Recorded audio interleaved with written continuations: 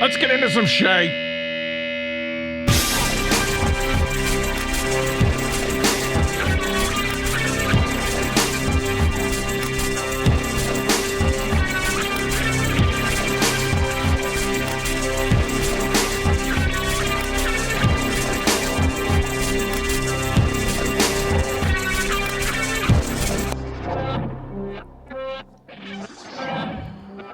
Alrighty, folks, welcome to Apocalyptic. I am Rick. I'm going to talk to you for a little bit. Hope you don't mind. Hope you want to hang out for a little while. Doing this show from, I was going to say live. It's not live. Doing this show from Atlanta, it feels live. I am live right now, so I'm the only one getting it live. Whoa, what a rush. I'm the only person in the universe getting a live version of the show right now. Oh, man. I shouldn't have done those mushrooms before I did this show. I don't have a beer today. I have a LaCroix, and I'm afraid it's going to make me burp during the show. That's never a good thing. No one wants to hear that. I'm going to try to control that. I got in trouble. So here's the thing. I do, if you don't know, I do another, this is a video podcast. I do, and it's only on YouTube. And it's called Barnwood Monk, and it's about spiritual stuff. So don't watch it if you're not into anything about spirituality. I get it. I understand. I won't be offended. But if you like that, or if you just want to think, hopefully it just makes people think. It's not a preachy show. It's not a show that is affiliated with any religion. But hopefully it just kind of might make you think if you're interested.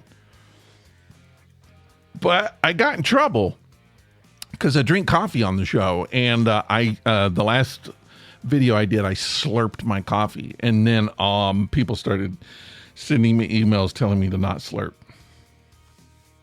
So that's what happens.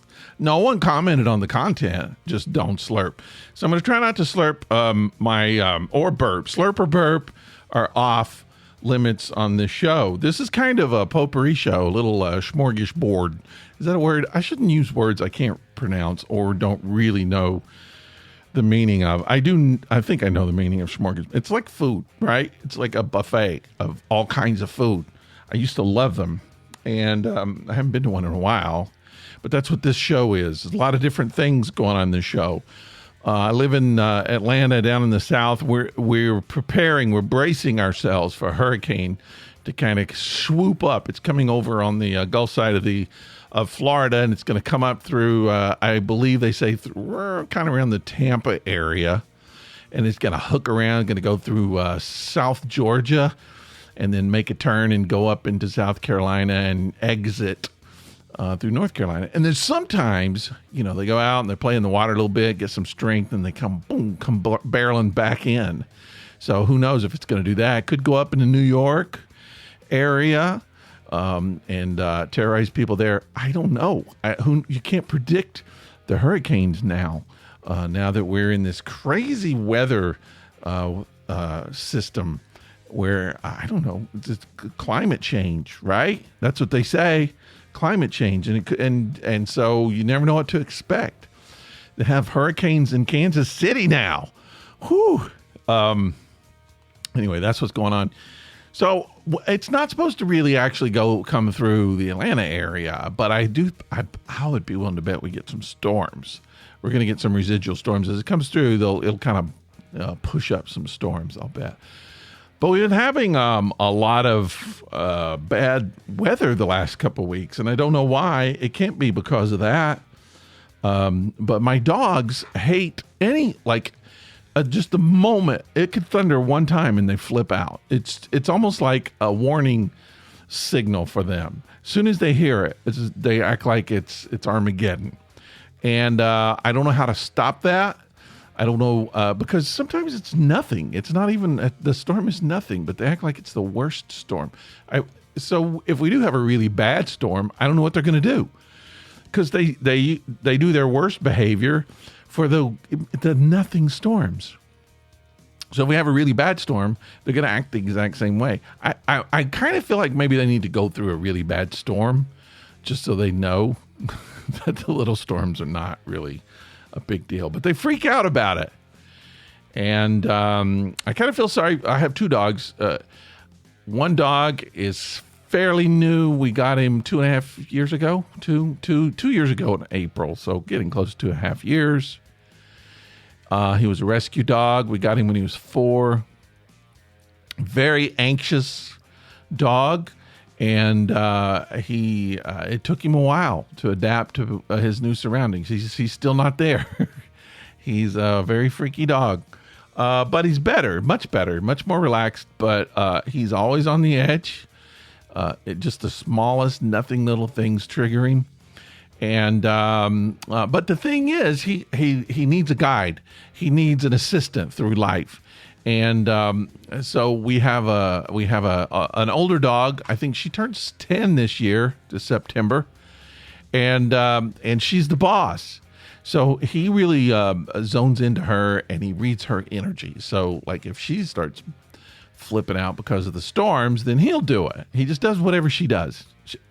And I decided it's kind of like so I had an older sister, and it's like we never wanted her to be in charge of anything. And I think it's the same way with this dog. She should not be in charge. Some dogs are good to be in charge. They should be the pack dogs, and they got good. They're good. Got good management skills. They're really good to look out for you. Well, my dog. I keep telling my other dog, don't listen to her. Don't do what she says. You're really setting yourself up for a problem.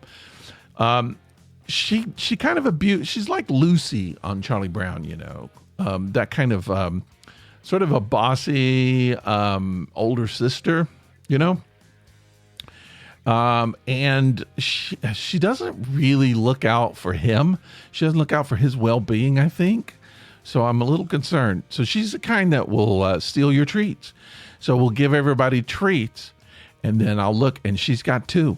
She somehow snuck up and took it away from him. That's evil.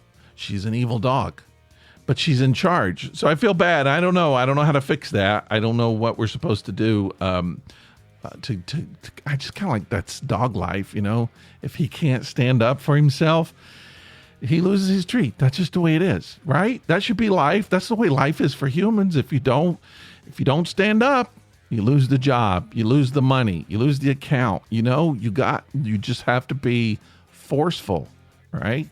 I think so. But anyway, I don't like watching it. I don't like him being taken advantage of. I don't feel like it's fair. Makes me feel bad. I don't know why I get caught up in dog drama. Hey, remember when you were kids and the ice cream truck used to come? Do you live in an ice cream truck zone?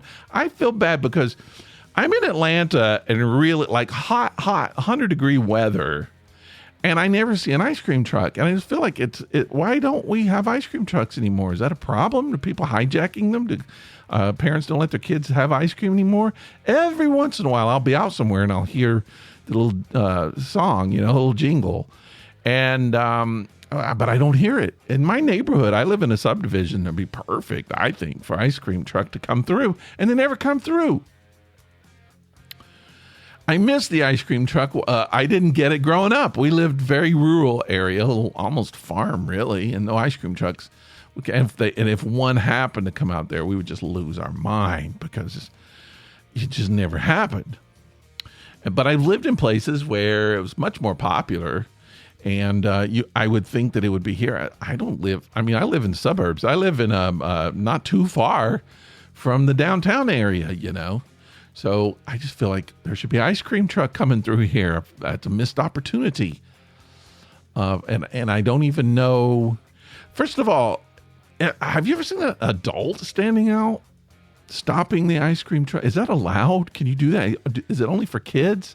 I mean, I've never seen a dad just standing out going, "Hey, stop! I need some ice cream."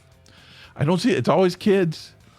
But I don't think it's illegal, right? It's not illegal for parents or just if I want it, like if I'm home by myself and the ice cream truck, I can go out and get an ice cream, right? That's allowed. I wouldn't even know what to do anymore. I haven't had ice cream from the ice cream truck, and so I don't know what they have.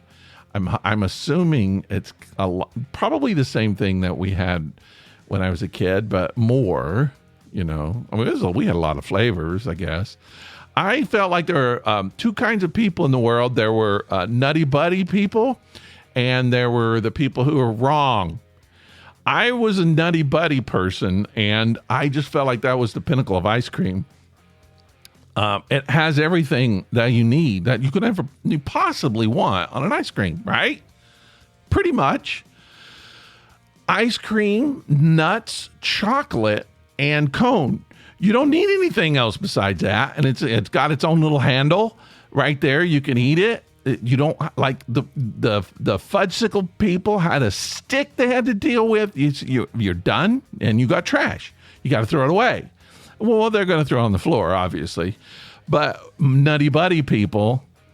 Well, we still had trash because we had that little Nutty Buddy shaped packaging. Remember, it had a little flip top. I love it if that would have come off and made that noise. You know, kind of like you're opening a can of LaCroix. You open it up, that'd be awesome. Yeah, and then you had that. Then you had to peel the Nutty Buddy cone paper off, and it would come off kind of circular. And then you just throw it on the floor and on the ground, wherever you're standing. You just throw it. Keep the cap. You got to lick the cap. You got to chew, because there's going to be stuff on the cap. And then Nutty Buddy deliciousness for a while. Why do you need anything else? Other flavors, just one flavor. People want fudgesicle, just like I want nothing but fudge. That's it. I don't want any other flavors. Nothing else in them. Could you put some nuts in it or something? It's just fudge. And popsicles are just flavored water. It's like frozen Kool-Aid. That was always a ripoff. If you have a chance of getting the ice cream or the popsicle, popsicles are good for home. Like if you need a little dessert, you don't want a whole lot of ice cream, you don't want a lot of calories, just get a little popsicle. It's good, perfect. But if you have a chance, you go into the ice cream truck, ice cream, right? You're getting ice cream. You don't get popsicle. Popsicle just frozen Kool-Aid. Save that for later, and it's gonna turn your lips blue and your tongue blue. All right, that's my ice cream truck. Gripes, but I wish it would come through. I do wish it would come through. I'd love to be able to see it. I'd love the opportunity. Do they have the music? They play the music? That would be irritating to have that job where you have to drive around and listen to that all day. Whew. Let me try some LaCroix here. I'm not going to slurp it. All right, that's irritating too. Do you like that? When you were a kid, you did do the extended version. That was actually something you tried to do when you were a kid. You would drink it and you would just go, remember that? And just try to drive the parents crazy. Yeah, I mean, I don't know. Again, I'm not a nostalgic person, but this week I kind of been going back thinking about a lot of stuff, and I don't know why. I've been kind of like reevaluating things in my life as an artist, trying to think of new ways to do things. I've kind of decided what would be the problem with doing art and just offering it for exchange. Instead of money, doing exchange deals. So like, I will do art for you in exchange. This is the value. You could quote a value and just say, this would be, if you want to exchange money, this would be $125, right? But you don't just, let's do an equal value. If you've got something that you do that's worth $125, we'll exchange. If you got food, you got some corn. If you've got, I don't know, whatever you got. Nutty Buddies, $125 worth of Nutty Buddies. Heck yeah, I'll do an exchange. But I feel like as an artist, you're doing stuff that, I'm not saying it doesn't have value. It definitely does. But it's stuff that's just kind of coming out of you free, right? Maybe you should look at other ways to do it. Maybe like, I'm okay with musicians making money off their music, but sometimes just do a song for somebody for free or for exchange, or let's just be artists, right? Let's just offer our services and our art to people just for the sake of doing it. I think there might be some value in that as well. And maybe people will consider it more valuable than money. They'll give you something that's worth even more than money. Maybe a lottery ticket wins a ton of money.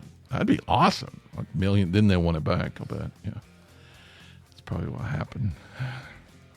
Well, I'm just kind of looking at new ways maybe of doing art. I'm tired of just saying, this is worth this. Pay this. That's what this is. Pay it. That's the only way you're going to get it. And I don't like that because I like people to own my art. You really like it? You really want it? Let's make a deal. Let's talk. Come on. If you really feel like you want to hang this in your house, I'm cool with it. We'll do a little exchange. What you got? All right. Last night I had a dream. I'm going to tell you about this dream. I've gotten to the point where I don't like talking about dreams. I think it's a ripoff. No one cares about your dreams. They don't. And people go into all these details about their dreams. Like, this is amazing. This is big. It's like, no. Dreams are just your imagination. You made that up. It's not as exciting to other people as you think it is. I don't care how weird or symbolic it is. No one else cares. They're not going to go to the movies to watch it. No one wants to know about your dreams. And I understand that. So I kind of don't want to go into dreams. But I did have a dream. There was something happened that I'm kind of interested in. And I was somewhere. I was just like at a pub, at a little restaurant. And I left my notebook behind. It was on my table. And I went to go get it. And there was a girl there. And she had just picked it up and started looking through it. I guess she was, I got the feeling she was trying to find the identity of the person so she could, no, she wasn't trying to like look into secrets or anything. And I immediately saw her do it, and she pulled out a card. I think she thought she was pulling out like a business card, but it was actually my Visa card. I don't know why I had my Visa card in my notebook, but there it was. And she pulled it out right when I got there. And I made some comment, like some opening line comment. I was trying to pick her up, but it was just some kind of humorous thing. And she was like, "Oh, this is yours." And then so we start chatting. And so we do this banter back and forth, kind of chatting, kind of banter. And I immediately recognize that I don't recognize her, but I recognize the situation, the scenario. And I'm just like, this is someone who I will be friends with for the rest of my life. Like I just knew it was somebody that I just had a comment. Have you ever met someone like that where you just like immediately know you're in sync with this person? You're just like almost simpatico. You're like almost, I don't want to say soulmate because people use that for romantic things, but I think soulmate, you can have a soulmate that's not a romantic thing, just a life soulmate. I had a few of those. And it was like immediately I knew. And I could tell she knew it too. And we just kind of like went back and forth with this little banter and chatting and talking. We just immediately had just a great time. And I remember I thought, well, I think it was like we were at the end of it. Obviously, she had to go somewhere. I had to go somewhere.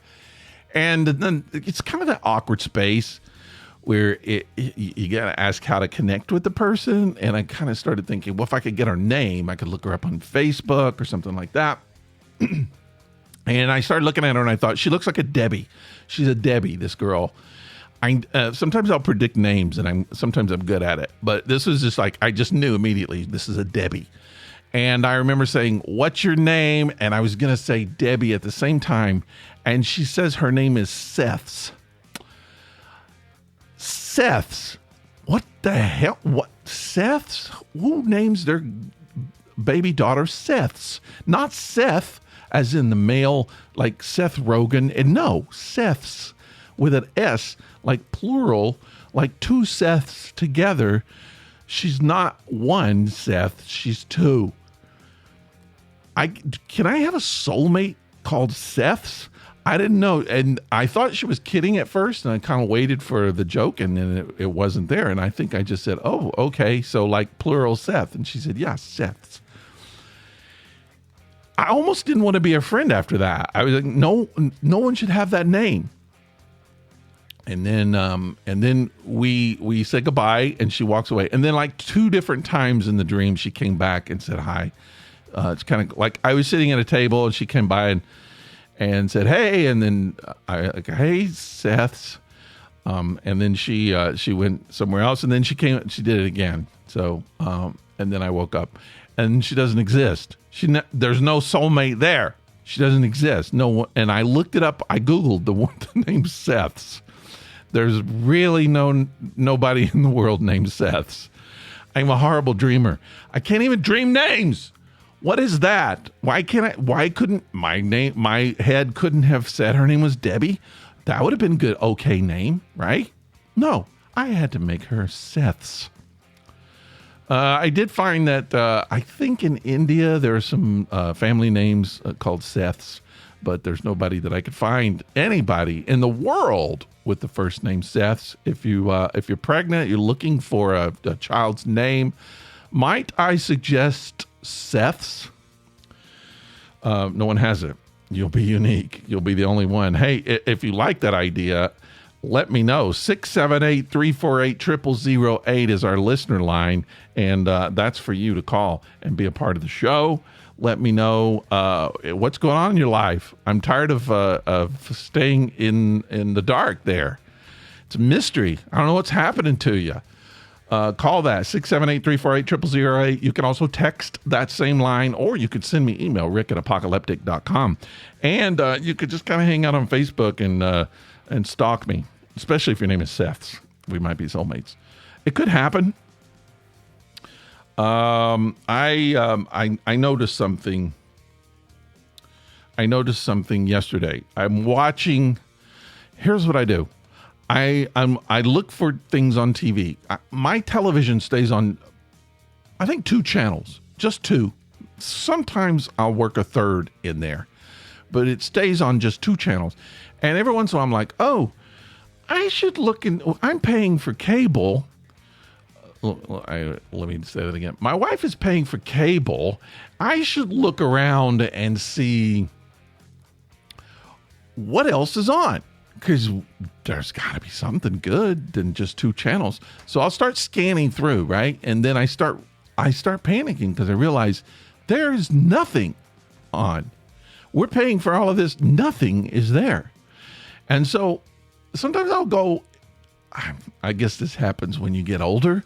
You start reminiscing, kind of like what I was doing earlier about ice cream and stuff. But I'll just start thinking, oh, there's a TV show I hadn't looked at in a long time. I think I'll watch that. I'll do that sometime with Andy Griffith show. I'll just get stuck in a little Andy Griffith loop. I've never been a huge Andy Griffith person. I think as I got older, and I think you have to. You have to, as you get older, you have to like Andy Griffith. It's just, it's in the DNA. It might be a law. I'm not sure. It's enforced by Matlock, but I'll just start watching Andy Griffith and I can't stop. So yesterday I was watching and I came across Welcome Back, Kotter.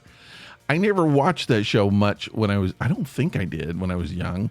I think I was in high school, maybe middle school when that was on. I guess it had to be middle school and maybe early high school. And I started watching it and I was just like, this is awful. This is terrible. Is this really what people want? This was like a very popular TV program, John Travolta.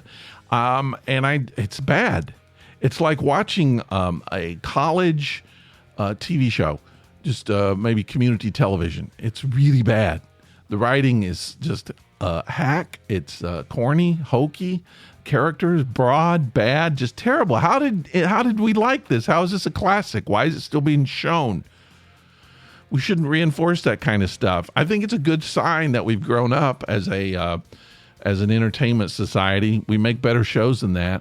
But I've discovered that happens way too much. A lot of shows that I watched when I was but way back in the 70s, I look at now and I'm like, really? That's what we were really into, huh? There's not a lot of shows that survive that are good, that still hold up. They're just things, I don't know, the writing was just basic and bad. Well, we've progressed a lot. But Welcome Back, Kotter. I don't know. I still like the theme song. That's kind of cool. It might be the best thing about the show now. But I started thinking about it, and I did, here's the thing in the 70s. You only had 3 channels. 3, ABC, NBC, CBS. And I was a PBS person, so I would say 4 channels. And you picked shows, and you sat around with the family every week. And you knew what shows were on. I think Brady Bunch might have been on Monday night, so everybody gathered around, watch Brady Bunch. And then after Brady Bunch was the Partridge Family. And you knew what nights all of these shows came on. You picked your night, I think Thursday was like Happy Days and Laverne and Shirley. I wasn't a big fan of those, but everybody would gather around on their, just like the old people did on their radio time, like we all do with Netflix and Hulu now. Have to watch Only Murders in the Building every week. We do. It's kind of like the old days. That's what we did. Now there's just so many more. But I did have, and I started trying to think. I made a mental list of like so I feel like most of my shows from the 70s are not popular today. You rarely hear about them. And so I was trying to make a list of my favorite shows in the 70s, and I came up with my top 5 shows from the 70s. And almost all of them, no one talks about. You just don't hear about them anymore. Must have been a weird kid. Must have been strange. My favorite show in the 70s, you can't find it anymore. It was called The Magician, right? Bill Bixby was actually a magician, and I think a cop or a private investigator, maybe. He would solve crimes and do magic. There's so many of those today. But when I was a kid, I was huge into magic. Magic was my thing, so that was my show. And I love Bill Bixby. I liked the Hulk, the Incredible Hulk, and a lot of Bill Bixby stuff I liked. The Magician, remember that? I think it was only on like one season. But I that's what I need. I need The Magician on DVD. All the seasons on one DVD, right? And here's the thing. I know if I watched any of these shows today, they probably suck. Just like any of the other shows. They're probably horrible. In my mind, they're great. Now, this show especially, I guarantee you the show's bad. I don't even think it made it an entire season, but I loved it. It was called Making It. Do you know this show is a sitcom? It was based on Saturday Night Fever. Not based on it. It was basically a copy of, a bad clone of Saturday Night Fever. And it starred David Naughton. You remember David Naughton? Now, if you don't know who David Naughton, but back in the 70s, he was a big star. He did the Dr. Pepper commercial where he would dance through the streets singing "I'm a Pepper." If you're young, you don't know. You don't know what it's like to be a pepper. We were all peppers back then, and women suddenly were like, "Who's that pepper?" And David Naughton got laid a lot in the 70s because he drank Dr. Pepper. It didn't work for me. But if you don't know about the Pepper commercial, David Naughton was also he was the lead guy in American Werewolf in London, and he's good in that. I love that movie. I have to watch it every year. So that's David Naughton. He turns into a werewolf and eats people. Yeah. And he gets laid in there too. He doesn't even drink Dr. Pepper, but he gets a really hot nurse who had a crush on him for a long time. Not David Naughton, the nurse. Anyway, and he was in Making It, which was, he was kind of the John Travolta character from Saturday Night Fever. He would go to discos, and there was, because everybody was disco crazy in the 70s. I believe John Travolta's sister was in that sitcom too. Ellen Travolta, that's true. So Making It, that was one of my favorite shows. All right, so my next two shows are very similar. It's kind of not fair to mention them because they're so similar. But I have to say, in the 70s, there were a lot of, what do they call them? Variety shows. You know, everybody did the variety shows. And if you had any kind of fame at all, but you didn't want to make like I guess they were cheap to make probably. So I know Sonny and Cher did a variety show. Even the Brady Bunch had a variety show for a while. But everybody did a variety show. And you would do sketches and skits, and you would have a couple of musical numbers and special guests. And you would introduce them, and canned laughter and applause would happen. There's a lot of that kind of stuff. So I had two favorites, Shields and Yarnell, The Mimes. Do you know Shields and Yarnell? I was obsessed with their show. I wish I had that on DVD. And I watched it all the time. I dressed like a mime a lot. And I actually wrote away to them. I wrote a letter. You didn't do email. You wrote a letter. I wrote a letter to them. I got a letter back. It's here in my studio. And they drew little pictures of mimes on it. They signed it, and then they gave me an autographed picture. Awesome. That used to happen in the 70s, too. The other, what do you call it? Variety show, sorry, that I loved. Kind of embarrassed to say this, but I loved it. Watched it every week. The Captain and Tennille. Yes. I think, all the variety shows were exactly the same. So you could just kind of plug in people. It didn't matter. Donnie Marie, sure, put them in. That and Captain and Tennille, yep, here they are. So loved their show. I kind of, I wanted to be the captain, and I bought a captain's hat and wore it around because of that. I was very impressionable, and I wanted to be the captain. Sorry. And I wanted to be, I wouldn't have minded being married to Tennille, except I was like 12. But anyway, so Captain Tennille and Shields and Yarnell, my two favorite variety shows. And then this is my last one, and then I'm going to quit, I promise. This is the last one. This one's kind of not fair because this is well known. Mannix. Did you see that? That was kind of a popular one, but I never hear about it now. You rarely hear. You don't see. I don't see reruns. I don't know. Is it on like MeTV or Nickelodeon? What is it? I don't know what the old channel, the channel for old people where they show old shows.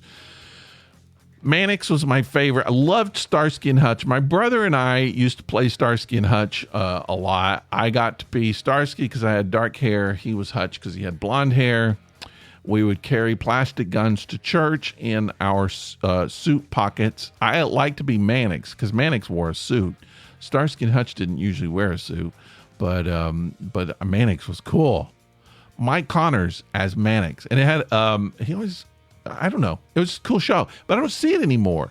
I feel like it kind of got lost somewhere. There were a lot of those cop shows, Cannon, Barnaby Jones, Mannix, Beretta. There were a lot of those. You could be a cop back in the. They're just Kojak. They just kind of replay the same thing. I don't know what the difference. The character might be a little different. Basically, the crimes are all kind of the same. Starsky and Hutch is a little tiny bit different. Had a little bit of comedy involved in it, I think. Anyway, I'm through. I'm done with my Retrobation. That's the name. I just made it up. That's what I'm doing. Nostalgia Retrobation. I shouldn't have said that. Now I'm going to have to change the rating of my show. Hey, thanks for listening. And get in touch with me. See you later.